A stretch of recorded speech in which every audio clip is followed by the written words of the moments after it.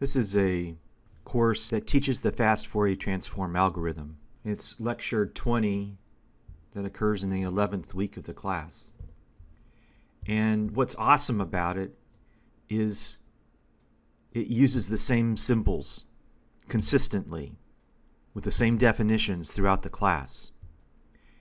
There's only 24 lectures, and we're getting close to the end of the class, and a lot of symbols have been created and discussed.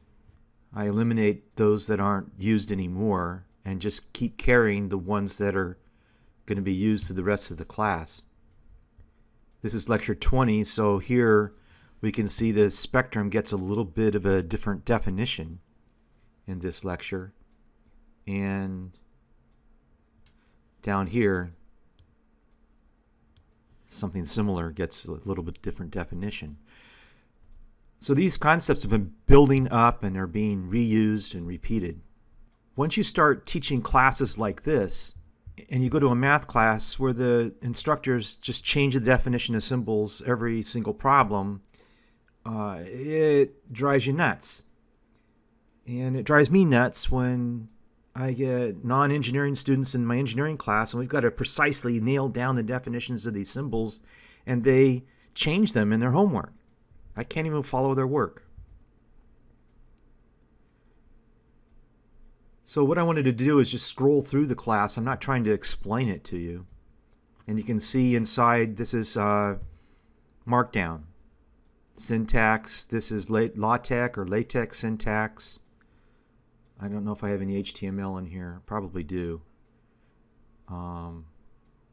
This markdown is the pound sign. This is what you use to edit Wikipedia pages. You use it to create documents in GitHub. So it's very popular. The green's all LaTeX. And you execute those symbols like this. So here you can see I have not drawn these with the software. I've drawn them by hand because I wanted the color part. And I build up to this equation right here.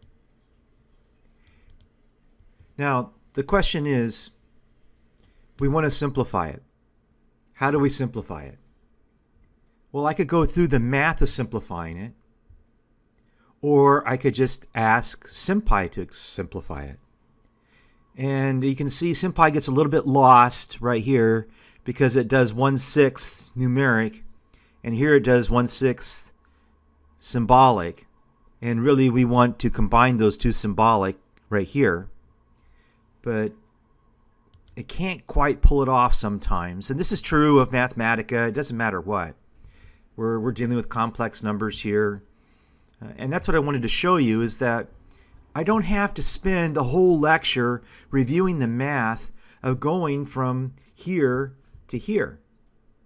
That's what's so cool about sympy and using it in your lectures.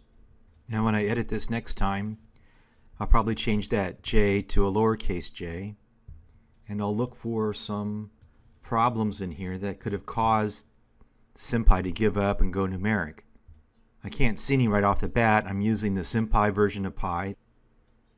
But you can see the discussion you have. Our students follow our lead in the tools that we use.